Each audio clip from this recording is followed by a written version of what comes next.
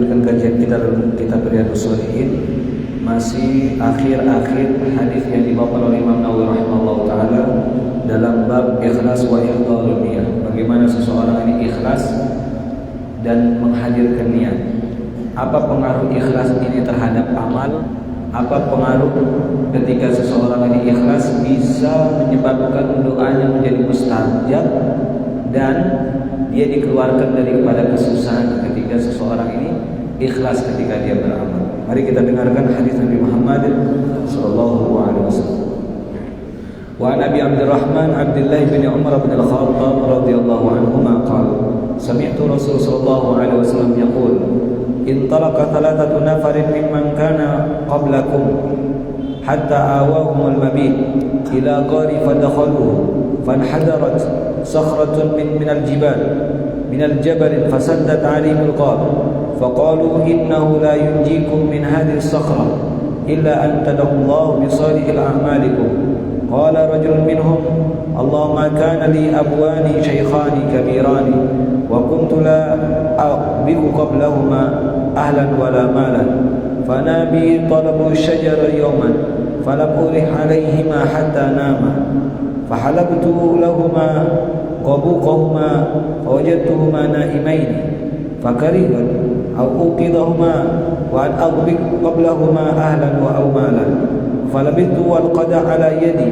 أنتظر إلى استيقاظهما حتى برق الفجر والصبية يتضاغون عند قدمي فاستيقظا فشربا قبوقهما اللهم إن كنت فعلت ذلك ابتغاء وجهك ففرج عنا ما نحن فيه من هذه الصخرة فانفرجت شيئا لا يستطيعون الخروج منه قال الآخر اللهم إنه كانت لي ابنة عمي كانت أحب الناس إلي وفي رواية كنت أحبها كأشد ما أحب رجال النساء فأردتها على نفسها فامتعنت مني حتى ألمت بها سنة من السنين فجاءتني فأعطيتها 20 و100 دينار على أن تخلي بيني وبين نفسها ففعلت حتى إذا قدرت عليها وفي رواية فلما قعدت بين رجليها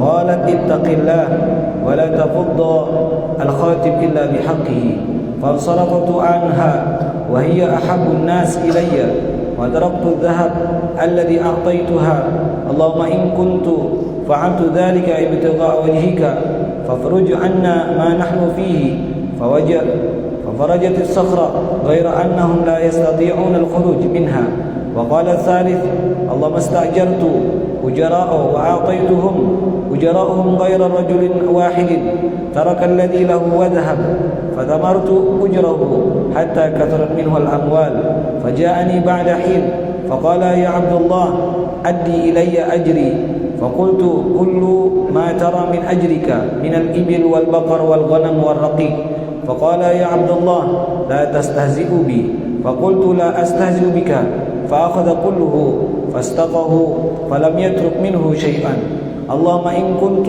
فعلت ذلك ابتغاء وجه الله فانفرج عنا ما نحن فيه فانفرجت الصخرة فخرجوا يمشوا رواه البخاري ومسلم كما قال النبي صلى الله عليه وسلم.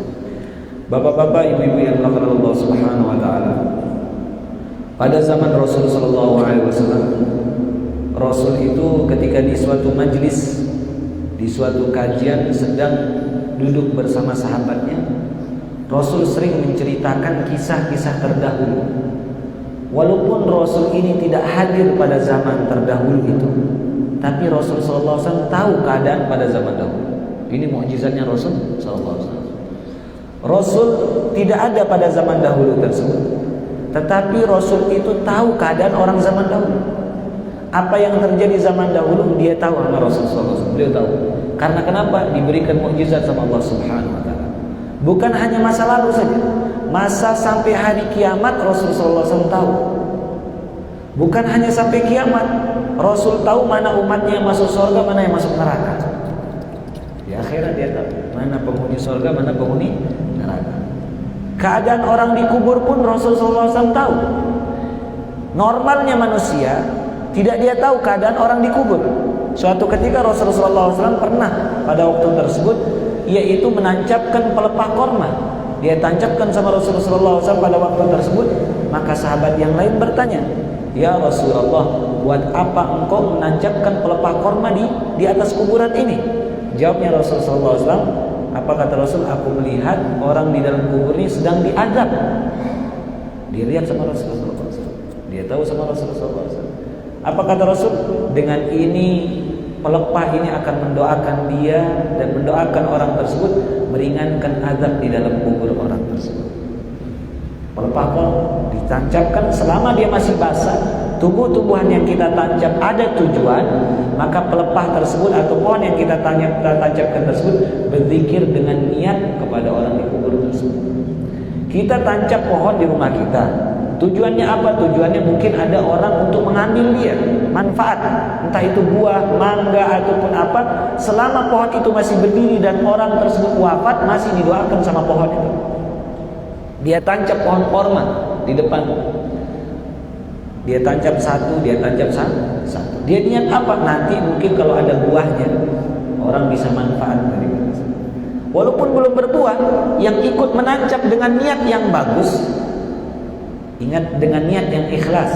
Karena masing-masing kita berbeda niat kita nancap. Yang nancap ada niatnya seperti ini, ada niatnya seperti ini, macam-macam niat. Ketika dia menancapkan tempat korma tersebut, selama tumbuh-tumbuhan tersebut itu pun berzikir kepada orang yang menancapkan dia, maka sungguh beruntung seseorang yang menancapkan tumbuh-tumbuhan yang ada di rumahnya tersebut, lalu diambil oleh seseorang, atau diambil oleh binatang dimakan, atau dipetik sama dia untuk dia jadikan sayur, maka itu sedekah, kata Rasulullah SAW.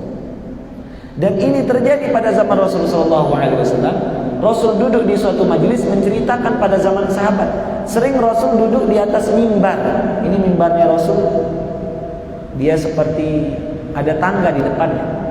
Rasul tuh kalau ngisi pengajian, ngasih nasihat kepada sahabat, sering duduk di tangga kedua dan tangga ketiga. Ada tangga depan. Sering duduk di tangga kedua dan di tangga ketiga, duduk di sana.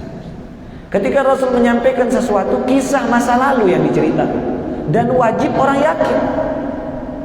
Wa ma yantiqu 'anil hawa in huwa illa wahyu dari Allah SWT. Dan sahabat yakin memang seperti itu, memang itu benar, dan tidak boleh orang tidak yakin.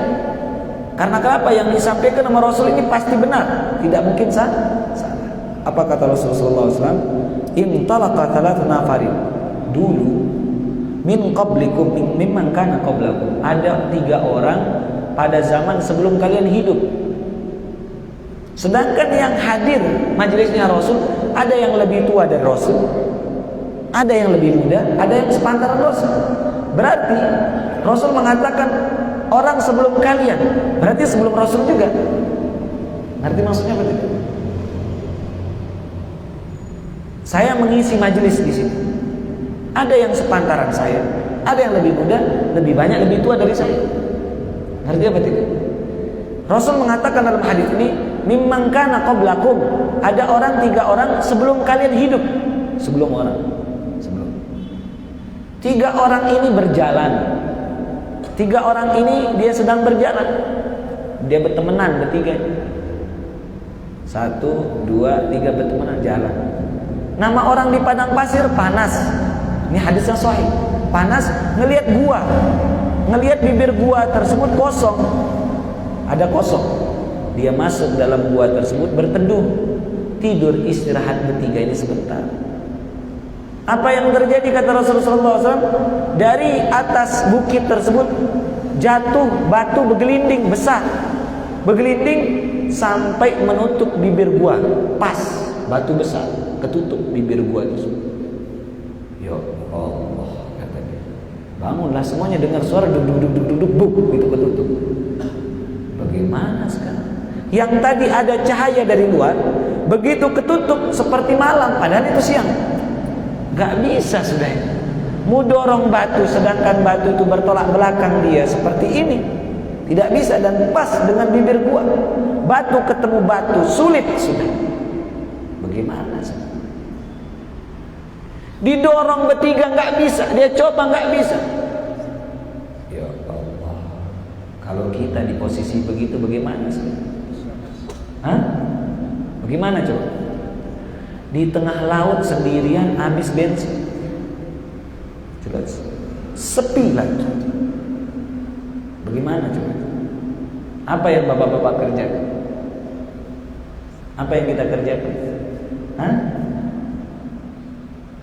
Kalau sudah kita doa sama Allah ikhtiar, ada cara sesuatu yang bisa datangkan sesuatu yang mustahil. Secara akal dia mustahil sudah keluar. Nggak mungkin secara akal, nggak mungkin meninggal sudah itu. Secara akal. Ini hadis sahih, wajib kita percaya. Secara akal kalau dia ketutup, ini kunci semua ketutup, nggak bisa sudah keluar. Kita dalam gua di beton, sudah beton batu sudah ini. Bagaimana mau keluar? Apa yang terjadi? Mereka cari hadap kiblat, berdoa mereka. Yang satu bilang, ya Allah, dia sedang susah. Susah separah-parahnya susah. Kenapa nggak bisa sudah keluar? Mati, nggak ada jalan sih, mentok.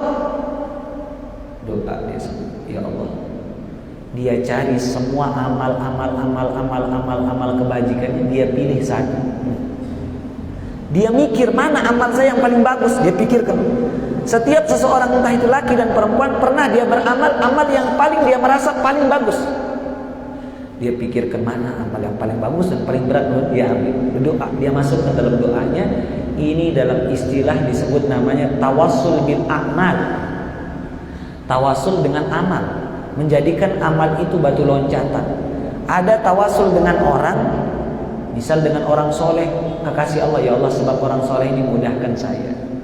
Ada tawassul dengan amal, jadikan batu loncat. Ini dia tawassul dengan amal. Apa katanya ini? Dia berdoa sama Allah, ya Allah, bercerita dulu. Yang lain gak ada yang tahu, teman-teman. Yang satu bercerita, ya Allah, saya ini setiap hari rutin kasih saya punya orang tua pakai gelas, pakai tempat susu.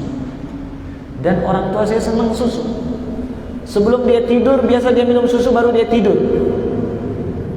Baru habis dia minum susu, saya punya orang tua, baru saya kasih anak saya minum susu. Kata siapa? Kata sahabat, kata orang terdahulu. Singkat cerita, suatu ketika dia sambil bercerita sama Allah, padahal Allah tahu. Allah itu tahu apa tidak? Tahu. Cuma bercerita.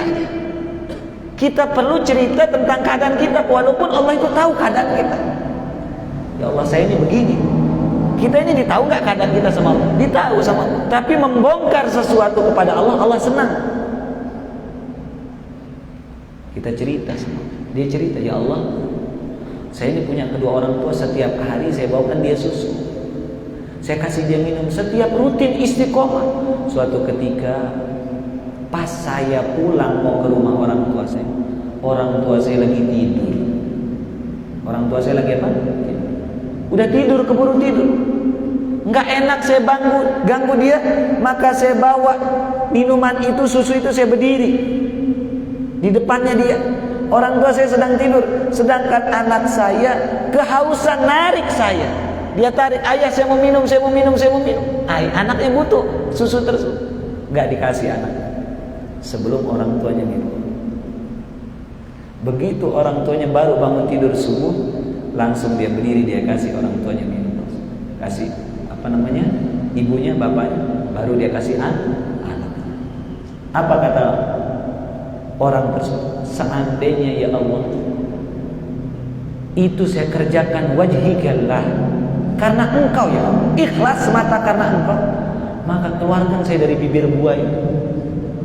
Sebab amal itu, kalau saya ikhlas itu dan engkau terima tuh amal, keluarkan saya dari kesusahan ini. Dia usah Al-Fatihah. Apa yang terjadi? Terbuka bibir buaya itu, deg. Terbuka dia gara-gara doa. Terbuka, ini hadis sahih. Terbuka gigir buaya itu. Dia coba keluar yang tiga ini. Coba keluar, nggak bisa. Belum pas ini. Tapi dia bergeser, tiba-tiba bergeser sebab apa? Doa. Coba yang kedua, Orang yang kedua, doa lagi yang kedua. Dia pilih lagi, dia mikir mana amal saya yang paling bagus. Inilah bisa kita praktekkan kalau amal kita kalau lagi mentok, sudah ikhtiar semua, udah nggak ada jalan sudah. Cari amal-amal kita yang mana amal tersebut yang menurut kita paling bagus. Kita ngadu sama Allah, ya Allah, kalau ini benar, ikhlas saya tanya Engkau, keluarkan saya dari masalah. Yang nomor 2 bercerita, ya Allah, ada saya punya sepupu. Tahu nama sepupu? Misalnya sepupu saya, dia paling cantik dan saya suka sama dia. Kebetulan paman saya sakit, dia nggak ada tempat minjem uang kecuali saya, dan saya orang kaya. Datang dia kepada saya minta tolong, saya bilang sama dia saya akan tolong, sedangkan dia butuh pertolongan. Saya akan berikan uang dengan syarat dia mau tidur sama saya. Nama perempuan ini mikirin bapaknya, bingung. Dia jawab, iya sudah, jadi sudah. Mana uangnya bu? Iya. Besok sesuai malam, perjanjian malam ini datang si perempuan. Begitu laki ini mau naikkan dia udah di atas. Apa katanya? Ittaqillah wala tafut al-khatim illa bihaqqiha. Bertakwalah engkau kepada Allah, jangan engkau datangkan sebelum haknya. Kalau bukan hak engkau, jangan kau datang. Merinding dia langsung, laki-laki ini, dia tinggalkan perempuan tersebut, lari. Dia tinggalkan harta itu, dia ikhlas sudah, lari. Ya Allah, kalau ini saya lakukan karena engkau, takut sama engkau, dan harta itu udah saya ikhlaskan untuk dia berobat, saya punya paman, dan saya tinggalkan perempuan itu karena engkau, padahal orang tidak ada melihat, hanya engkau. Tolong keluarkan saya dari bibir gua ini, kesusahan. Setelah dia doa, terbuka dia, terbuka bibir gua, masya Allah. Coba dia lagi keluar, yang dua, yang tiga ini keluar, belum bisa ini. Coba yang ketiga. Ukuran kita, kalau kita yang berdoa, karena sedikit ikhlas kita mungkin tambah masuk batunya. Makanya kita pilih amal kita, yang kita pikir mana yang paling bagus. Kita lihat, bisa terjadi. Inilah hadis sahih. Kalau sudah mentok ikhtiar kita, sudah ikhtiar semua, sudah nggak ada jalan. Ini kita pakai, ini resepnya Rasulullah SAW. Cara keluar dari permasalahan. Yang ketiga bilang, ya Allah, saya punya pegawai banyak sekali. Kebetulan dia pada gajian, dan saya mau berhentikan semua pegawai saya. Zaman dulu belum musim PPKM. Zaman dulu belum zaman banyak orang diberhentikan dari kerjaan. Apa namanya kalau berhenti kerjaan? Di PHK. Karena nggak bisa gaji sudah. Dia baca ke depan, ini nggak bisa sudah. Harus di PHK. Tapi digaji, kasih gaji maksimal, digaji. Dari semua orang yang hadir cuma satu yang nggak hadir. Cuma satu yang nggak hadir. Mana dia absen, mana nggak dia hadir di si Fulan, kok nggak hadir? Iya sudah, nanti saya simpankan uangnya, saya simpan nanti kalau dia datang. Sehari nggak hadir, sebulan nggak hadir, setahun nggak hadir, diputer uangnya. Sama-sama bosnya, karena uang itu cuma segitu uangnya dia, cuma gaji itu. Diputer, dibelikan kambing. Habis dia berhasil belikan onta, belikan sapi, dia belikan budak, banyak jadi harta itu, dan menjadi beberapa lembah. Bertahun-tahun dia nggak pulang, ini orang, subhanallah, datang dia lagi orang. Setelah berapa puluh tahun dia nagih. Apa katanya dalam hadis tersebut? Ya Abdullah, wahai hamba Allah, ngomong sama bos, mana ujrah saya, gaji saya yang dulu itu, saya mau nagih, saya lupa ngambil, saya lagi butuh. Kata bosnya bilang, kullu ma tara min ajrika, semua engkau lihat ini kambing, onta ini, berapa lebah ini punya engkau semuanya. Apa kata orang tersebut? Faqala ya Abdullah, la tastajib. Wahai hamba Allah, jangan kau ngejek saya, jangan celah saya, jangan bohongin saya gitu. Gaji saya nggak seberapa. Ukuran bos sekarang, nggak mungkin lah dia kasih. Dia kasih gajinya dulu, nih lo gajinya. Coba, bisa nggak kita ikhlas? Kita yang kerja, kita yang putar, kita kasih semuanya. Tanpa sudah jadi. Semuanya dia kasih. Apa kata Rasul?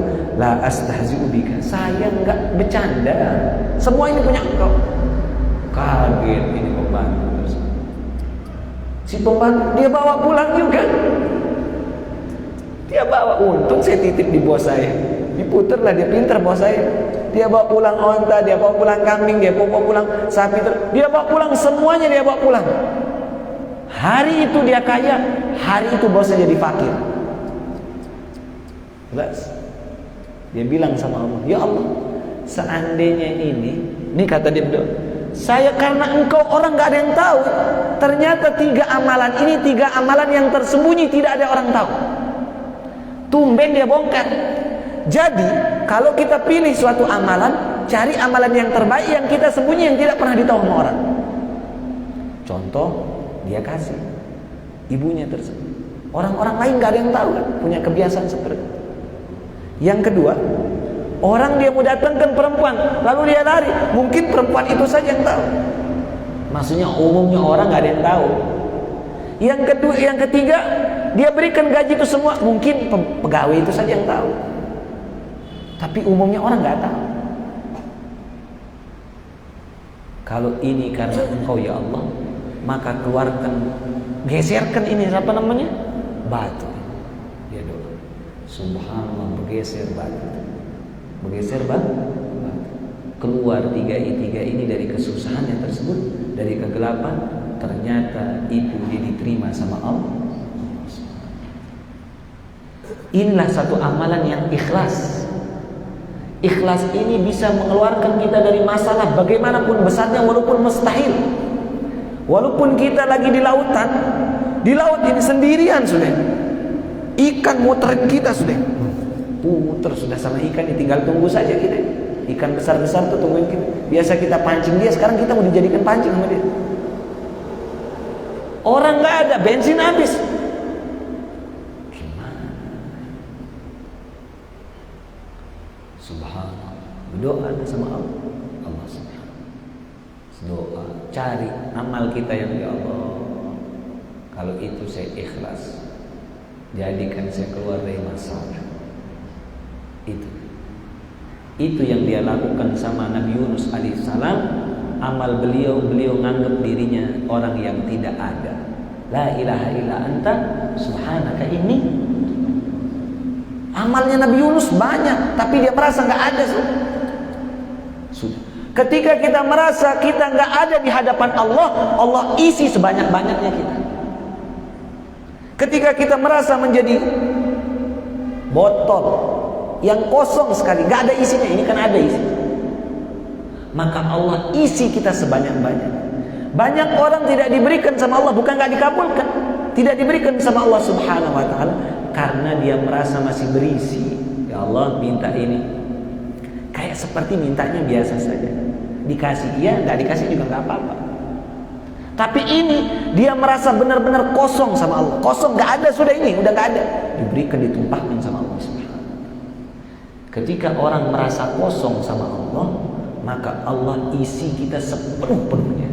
Walaupun kita merasa ada, maka kosongkan semua itu, maka Allah berikan tambah rezeki kita. Ya Allah, saya minta ini ya Allah.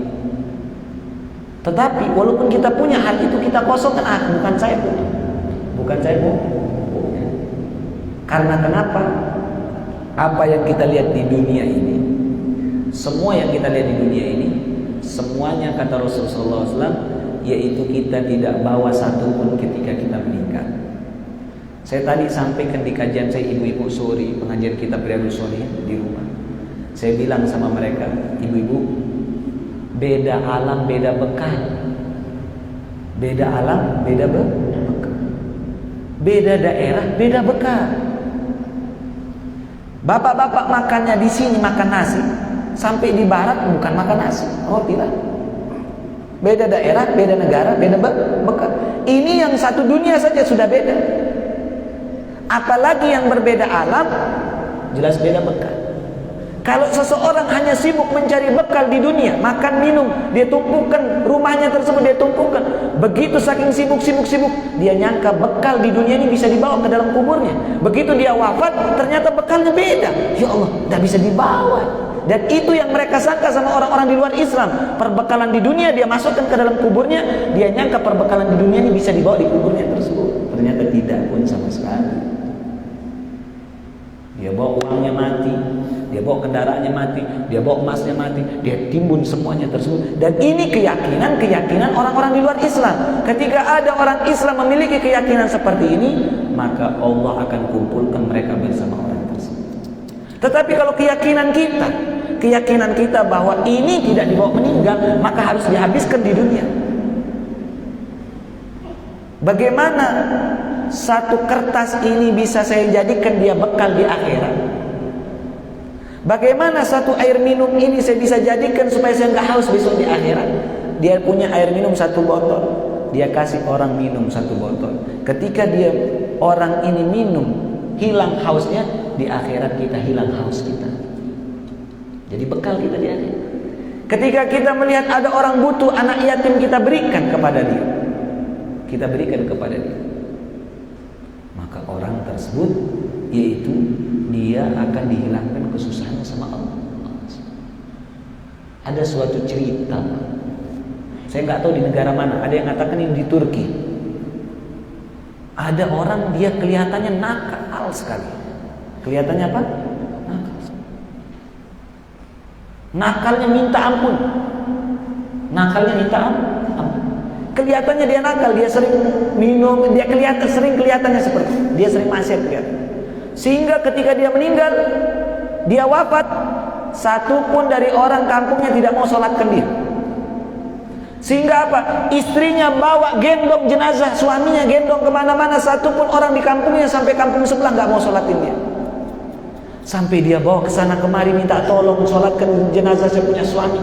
Karena fardu kifayah, kalau istri nyolatkan belum gugur kewajiban fardu kifayah. Sampai dia bawa mondar-mandir, tidak ada satupun orang mau sholatkan suami. Sampai ketemu satu ulama di padang pasir. Hei ibu, kenapa engkau bawa jenazah engkau punya suami? Kesana kemari ada apa?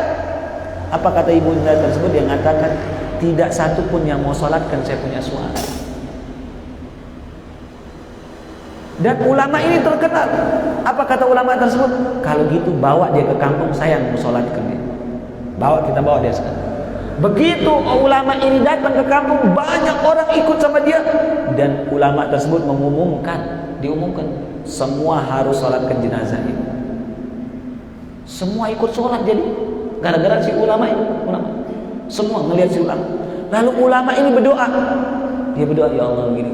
Karena kenapa? Ulama ini tahu bagaimana sifat si aslinya laki. Dia doa panjang sekali. Sampai orang kampung bingung. Ulama ini nggak pernah doakan orang sepanjang ini. Jelas?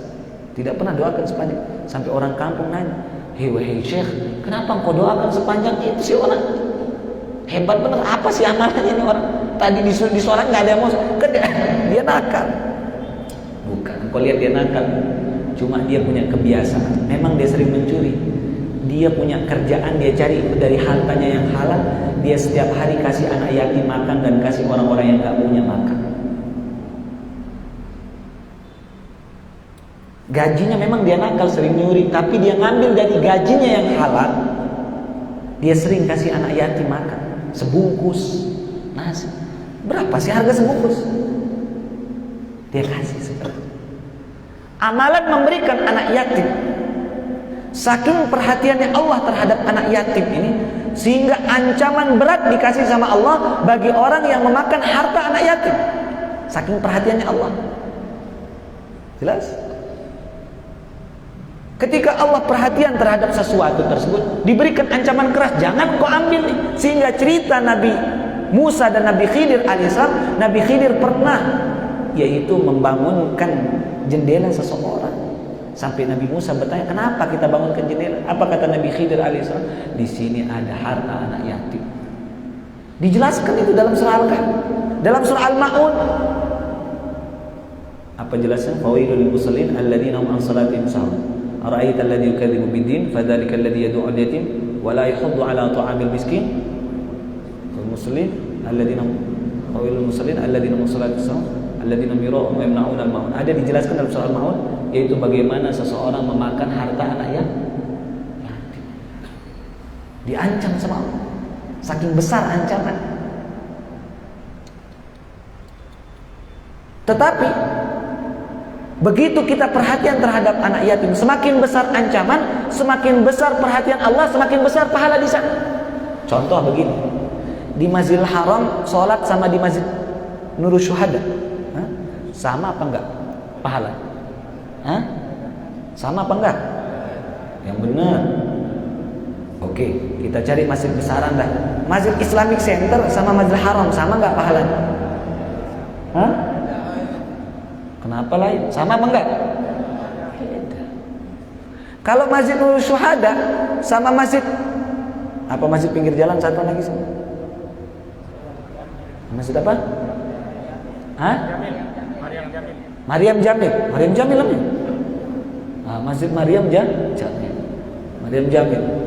Bagus namanya Maryam Jamil. Masjid Maryam Jamil. Apa nama masjid Pak Haji di Melasyid? Ar-Rahman. Salat di Masjid Nurul Syuhada sama Masjid Ar-Rahman sama apa enggak pahala? Sama. Walaupun dia di pinggirnya, walaupun besarannya. Pertanyaan saya, masjid ini, Masjid Islamic Center sama Masjid Nabawi, sama apa enggak pahalanya? Beda. Ketika Allah membedakan sesuatu tempat dan memberikan fadilah besar di sana, keutamaan besar, dikalikan 1000, dikalikan 10.000, di salah satu masjid seperti Masjid Nabawi, Masjid Haram dikalikan 10.000, besar sekali. Berarti buat dosa di sana pun semakin besar. Nyuri sendal di Masjid Nurul Syuhada sama nyuri sendal di Masjidil Haram lebih besar dosanya di sana. Dia nyuri sendal masjid, saya nyuri. Oh, Masya Allah. Dia nyuri sendal di Masjidil Haram, kata dia oleh-oleh. Kata dia apa? Oleh-oleh di Masjidil Haram, kata dia. Dia bawa pulang sendal Masjidil Haram, sudah ditulis wakaf, padahal dia tulis wakaf.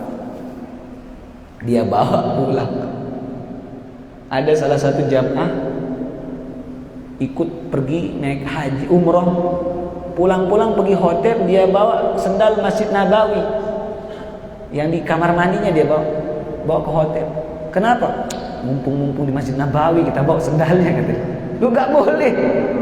Dia bawa pulang ke hotel, nggak boleh. Dia pikir sesuatu tersebut tidak berdosa.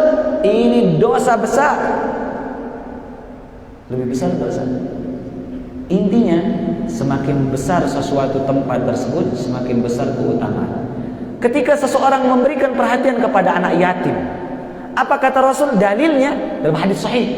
Ana, kata Rasul, kahataini fil jannah. Aku seperti dua jari ini sama orang yang sering nyantunin anak yatim. Maksudnya apa? Enggak ada jarak lagi. Kalau 3 jari ada jari tengah, ini 2 jari, tidak ada pembeda, dekat sekali jarak dia dengan Rasulullah. Bisa natap wajah Rasul, bisa minum cepat, kloternya minum, yaitu apa namanya, air dari telaga Kautsar. Ketika di sana fadilah begitu besar, keutamaan begitu besar, ancaman makan harta anak yatim lebih besar lagi. Jelas apa tidak? Jelas. Contoh, hafal Quran pahalanya besar. Besar apa tidak? Besar. Besar sekali pahala orang menghafal Quran, sangat besar sekali. Bahkan jasad orang yang hafal Quran tidak dimakan nanti, dikubur. Orang yang hafal Quran, orang tuanya dia pakaikan mahkota, dalilnya sahih. Bisa dia ini banyak keutamaan orang yang hafal Quran. Tapi ingat, begitu besar keutamaan di sana, termasuk dosa besar menghilangkan hafalan Quran. Jelas?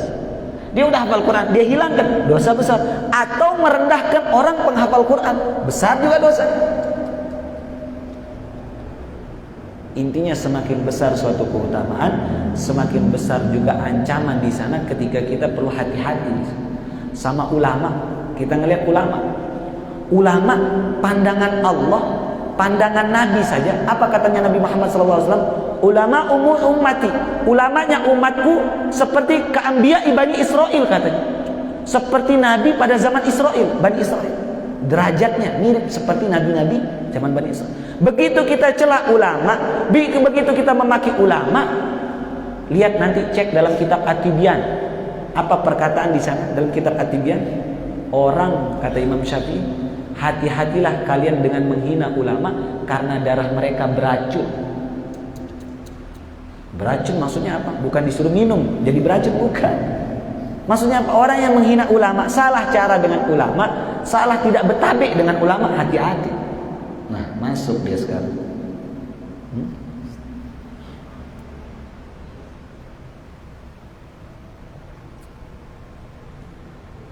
Ada cara seperti itu. Nanti saya bisa ngomong sama dia. Bisa lah saya ngomong. Hati-hati. Ketika kita bersama sesuatu yang mana orang tersebut ketika perhatian lebih, yang mana perhatian tersebut diperhatikan sama Allah Subhanahu wa taala, maka sesuatu tersebut ancamannya lebih besar diberikan sama Allah Subhanahu wa taala. Jelas seperti ini? Intinya pelajaran dalam hadis tersebut, pelajaran dari hadis tersebut apa pelajaran?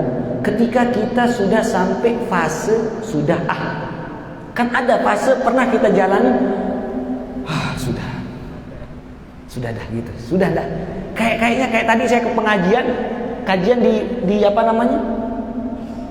Karangbaru, Masjid Karangbaru.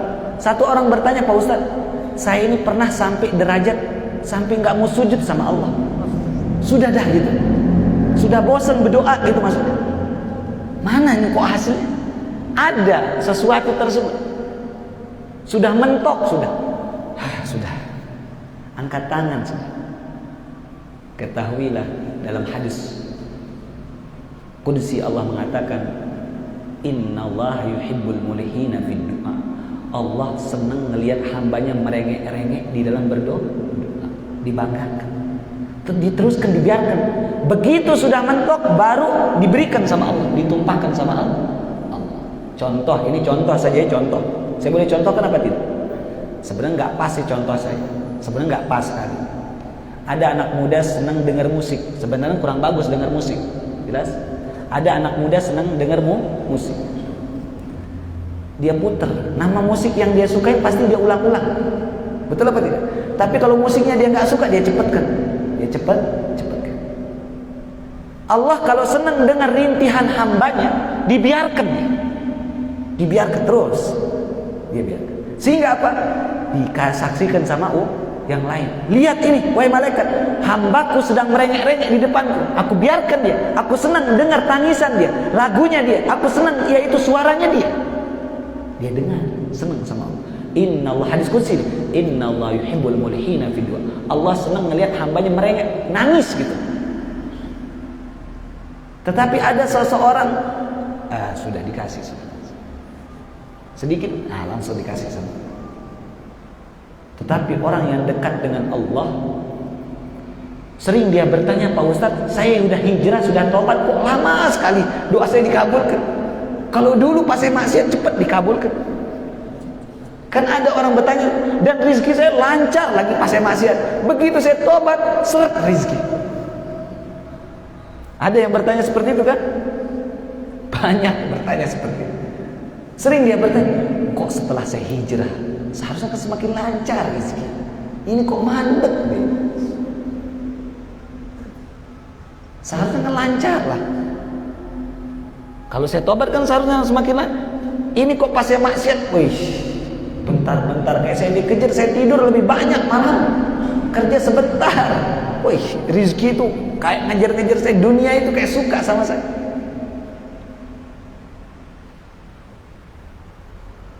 Dunia ini di mata Allah tak ubahnya, kata Rasul, seperti apa? Sayap nyamuk. Ketika seseorang ini meminta sesuatu, Allah sebenarnya tidak mau ngasih dia sayap nyamuk itu. Sering orang meminta sesuatu yang A, tapi dikasih B sama Allah. Jelas? Minta A dikasih apa? B. Gini loh contoh. Saya kasih contoh saja. Ya Allah, saya mau yang ini, nanti supaya hasilnya seperti ini. Dia lepas sama Allah, diangkat. Saya minta ini supaya sama dengannya ini. Pas dikoreksi sama Allah, oh salah ini, kali-kaliannya salah, harus diganti ini supaya sama dengannya sama. Dikasih dia B supaya hasilnya B ini. supaya hasilnya yang dia inginkan. Ketika dia meminta si A supaya hasilnya seperti ini, Allah mengatakan salahin kali-kali yang karena Allah yang maha tahu. Diberikan yang ini supaya hasilnya ini dikasih sama Allah. Terjadi dalam Al-Quran. Ada seorang namanya Zakaria, bukan nabi ya, bukan nabi dalam surah Zakaria. Minta anak laki. Apa katanya? Supaya nanti anak saya laki ini, supaya dia fokus hanya kepada Allah saja. Saya mau diamkan di masjid, saya mau beribadah saja anak laki. Saya biarkan dia ibadah sama Allah saja. Anak laki. Dia minta anak laki. Subhanallah, dikasih anak apa? Perempuan dia dikasih. Dikasih anak apa? Perempuan. Dia niatnya anak laki supaya sama dengan dia berkhidmat di masjid, diam di masjid. Ternyata Allah kasih dia anak perempuan. Dia perempuan. Belum zamannya kita tahu apa namanya kayak sekarang USG. Oh, ini anak laki, ini anak perempuan kan gitu. Zaman sekarang kan. Tapi subhanallah, Rasul walaupun sebelum zaman USG itu udah tahu berapa perpindahan menjadi daging, menjadi darah, menjadi nutfah. Rasul udah tahu. Belum zaman orang, udah Rasul dalam hadis sahih sudah jelaskan. Arba'ina yawman nutfah, thumma yakunu 'alaqatan mithla dzalik, thumma yakunu mudghatan mithla dzalik, dalam hadis sahih. Jadi ini Rasul udah tahu. Pas diteliti sama dokter benar, tidak kurang tidak lebih 40 hari. Tuh. Apa yang terjadi? Si Zakaria ini dikasih anak perempuan. Anak perempuan dikasih nama Maryam. Begitu dikasih anak Maryam, ternyata ibadahnya lebih daripada laki. Dan sampai apa yang diceritakan dalam Al-Quran, dia menjadi kekasih Allah. Sampai orang tuanya bingung. Malaki hadza dalam Al-Quran. Dari mana engkau dapat nih buah-buahan wahai anakku? Dia lagi sholatnya. Malaki hadza. Dari mana buah-buahnya? Engkau keluar belanja? Tidak. Saya nggak pernah keluar dari mihrab saya. Nama mihrab tempat ibadahnya. Apa katanya dia? Qalat huwa min indillah, kata dia. Ini datang dari Allah. Coba. Dia bisa datangkan rizki tanpa ikhtiar. Ada rizki tanpa ikhtiar itu ada. Tapi jarang orang punya ini. Rata-rata rizki harus ikhtiar. Tapi ada Allah berikan rizki tanpa ikhtiar. Diberikan semua. Dan itu dijelaskan dalam Al-Quran. Wajib kita percaya. Kalau kita nggak percaya bahaya. Nas Al-Quran datang. Ternyata lebih daripada anak laki. Sama dengannya kan pas. Malah lebih. Diberikan sama Allah. Jelas seperti ini? Iya, insya Allah besok kita sambung lagi pembahasan kita. Hadis kitab Riyadhus Shalihin judulnya tentang taubat. Besok kita masuk ke bab selanjutnya, judulnya tentang apa? Taubat. Nanti kita dengarkan apa syarat taubat menurut Imam Nawawi, bagaimana cara taubat menurut Rasulullah SAW, apa yang dikerjakan Rasul dalam kehidupan kesehariannya, apa yang dikerjakan satu amalan sama Rasulullah SAW ketika dia mau bertaubat, mau mengerjakan syarat daripada taubat. Dipersilakan untuk kepada bapak, ibu-ibu yang ingin bertanya. Dari bapak-bapaknya silakan. Ada pertanyaan? Bapak-bapaknya tidak ada pertanyaan. Silakan Pak Haji. Kasih mic-nya.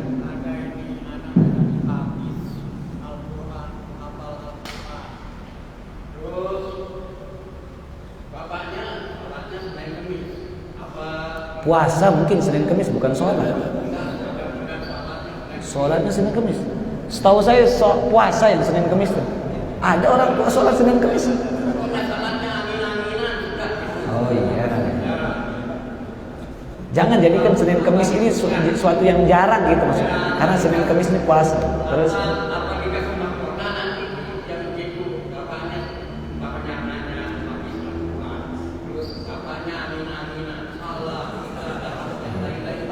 angin-anginan karena dia dekat kipas angin mungkin. Pertanyaannya, ada seseorang anaknya hafal Quran. Anaknya apa? Hafal Quran. Orang tuanya angin-anginan sholat. Jarang maksudnya jarang nih, saya mau tanya, jarang ke masjid atau jarang memang sholat fardu? Itu pertanyaan saya. Bagaimana Mas? Enggak, pertanyaan saya dia jarang ke masjid atau dia sholat di rumah, tetap dia sholat tapi di rumah. Pertanyaan saya bagaimana? Begitu. Oh, dia tetap sholat cuma enggak ke masjid, itu pertanyaannya, gitu. Oh iya, berarti dia enggak Senin Kemis. Jelas? Jawabannya berarti tetap dia dapat mahkota. Walaupun orang tuanya jarang naik masjid. Karena kenapa? fadilah yang disebut dalam hadis tersebut adalah yang imbas kepada anak untuk orang tua. Adapun orang tua yang ini urusannya sama Allah. Tetapi ini amalnya anak ini, begitu dia ngamalkan Al-Quran, ngimbas tetap kepada orang tua. Imbas ini tidak mungkin berhenti, dia tetap dia ditularkan. Kecuali dia bisa stop. Kapan itu? Kalau orang tuanya, yang mana orang tuanya di luar Islam. Orang tuanya di luar Islam. Ada orang tua dalam hadis ini dipecut dalam kubur, dipecut. Karena kenapa? Nggak pernah sholat, dipukul. Sampai tetangga kuburnya protes. Malaikat, stop, sudah ini, kata dia. Engkau siksa. Karena kenapa? Seperti kita tinggal di perumahan, samping rumah kita berantem saja. Betah nggak tinggal di sana? Hah? Betah apa enggak? Enggak betah, insya Allah kita jual rumah itu. Cuma yang dikubur ini nggak bisa pindah kubur. Mau bilang sama petugas, pindahin saya kubur, nggak bisa. Proteslah karena alamnya beda sama alam-alam barzakh. Protes sama mereka, coba berhenti. Enggak, tetap pukul 24 jam sehari semalam, enggak ada liburnya. Walaupun hari Jumat, hari Minggu, enggak bisa libur. Jadi pecut. Tiba-tiba pecutan malaikat itu berhenti. Sampai dia pun protes, malaikat, engkau ngambulan, berhenti. Kenapa berhenti mukul saya? Kata malaikat, bukan saya berhenti mukul engkau, bukan saya berhenti mukul engkau, tapi sekarang sejak karena anak engkau sedang baca Quran, makanya saya berhenti mukul engkau. Berhenti dia dipukul orang tuanya sejak anaknya tersebut baca Quran. Sore dia baca Quran ngaji, siang dia baca Quran ngaji, baca Quran, maka berhenti dipukul orang tua. Ngimbas amalan anak di dunia, ngimbas kepada orang tua, padahal jarang sholat. Orang tuanya jarang sholat, ngimbas kepada orang tuanya dalam kubur. Jelas apa tidak Pak? Iya. Ada pertanyaan lagi? Ibu-ibu ada pertanyaan? Silahkan Bu. Silahkan dulu dari bapak-bapak. Assalamualaikum warahmatullahi wabarakatuh. Assalamualaikum. Masalah tentang ada yang disebut dengan rezeki yang berkah. Apakah ada apa kehidupan seorang itu? Iya. Apa itu rezeki yang berkah? Pertanyaan. Sering orang bertanya, rezeki yang berkah itu bukan rezeki yang banyak. Rezeki berkah itu rezeki yang cukup, selalu ada.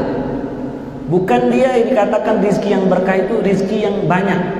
Dia ada tapi merasa orang itu selalu kekurangan. Zaman dulu berbeda dengan zaman sekarang. Keberkahan sudah diangkat. Keberkahan waktu saja sudah diangkat. Dulu kalau kita nunggu Ramadan, lamanya minta ampun. Kalau sekarang kerasa sebentar, keberkahan waktu. Coba bayangin, bagi orang yang ngekos saja, atau yang ngontrak rumah, atau yang mana orang tersebut ngambil motor atau ngambil mobil, tiba-tiba udah sebulan jatuh tempo. Kemarin rasanya bayar, sekarang mau bayar lagi. Kemarin bayar kos-kosan, sekarang udah bayar lagi kontrakan. Cepat sekali waktu ini. Tidak terasa, waktu ini cepat sekali. Keberkahan waktu sudah diangkat. Rizki begitu juga. Rizki, tandanya rizki tersebut tidak barokah, tidak berkah. Selalu rizki ini pergi ke tempat yang tidak benar. Kata ulama mengatakan, kalau rizki ini didapati dari sesuatu yang tidak benar, biasanya larinya ke tempat yang haram. Tetapi kalau rizki ini dapat dengan yang benar, biasanya larinya ke tempat yang halal. Tinggal kita lihat kemana lari uang kita, kemana lari rezeki kita. Apakah kita membeli sesuatu yang nggak benar, sesuatu yang mubazir, sesuatu yang tidak benar, berarti rezeki yang kita dapat ini tidak berkah. Tetapi kalau kita mendapatkan rezeki itu dari sesuatu yang manfaat, sesuatu yang benar halal, biasanya rezeki tersebut lari ke tempat yang benar. Jelas seperti itu? Ya, silakan pertanyaan terakhir Ibu, silakan. Bismillahirrahmanirrahim. Bismillahirrahmanirrahim. Assalamualaikum warahmatullahi wabarakatuh. Assalamualaikum. Saya nanya, adakah ciri hamba Allah yang diberi ihsan di dalam hati? Ihsan, apa itu ihsan? Pertanyaannya itu apa ihsan? Pertama, malaikat Jibril pernah bertanya sama Rasul, disebut namanya hadithul Jibril. Mal Islam ya Rasulullah, apa itu Islam? Pertanyaannya. Ditanya sama Jibril alaihissalam. Maka dijawab, Islam itu engkau syahadat, engkau ngerjakan sholat, mengeluarkan zakat, puasa, haji bagi yang mampu. Nanya lagi Jibril alaihissalam, apa itu iman? Naik derajat kedua, iman. Setelah Islam baru iman. Ketika setelah dijawab apa itu iman, antu'mina billah wa malaikati wa kutubi wa rusli wal yawmil akhir wa bil qadri khairi wa syarri minallahi ta'ala, dijawab pada saat itu. Naik pertanyaan ketiga. Ketiga. Apa itu ihsan? Pertanyaan. Sebelum kita membahas ihsan, kita harus koreksi diri kita. Apakah kita Islam? Apa sudah di derajat iman?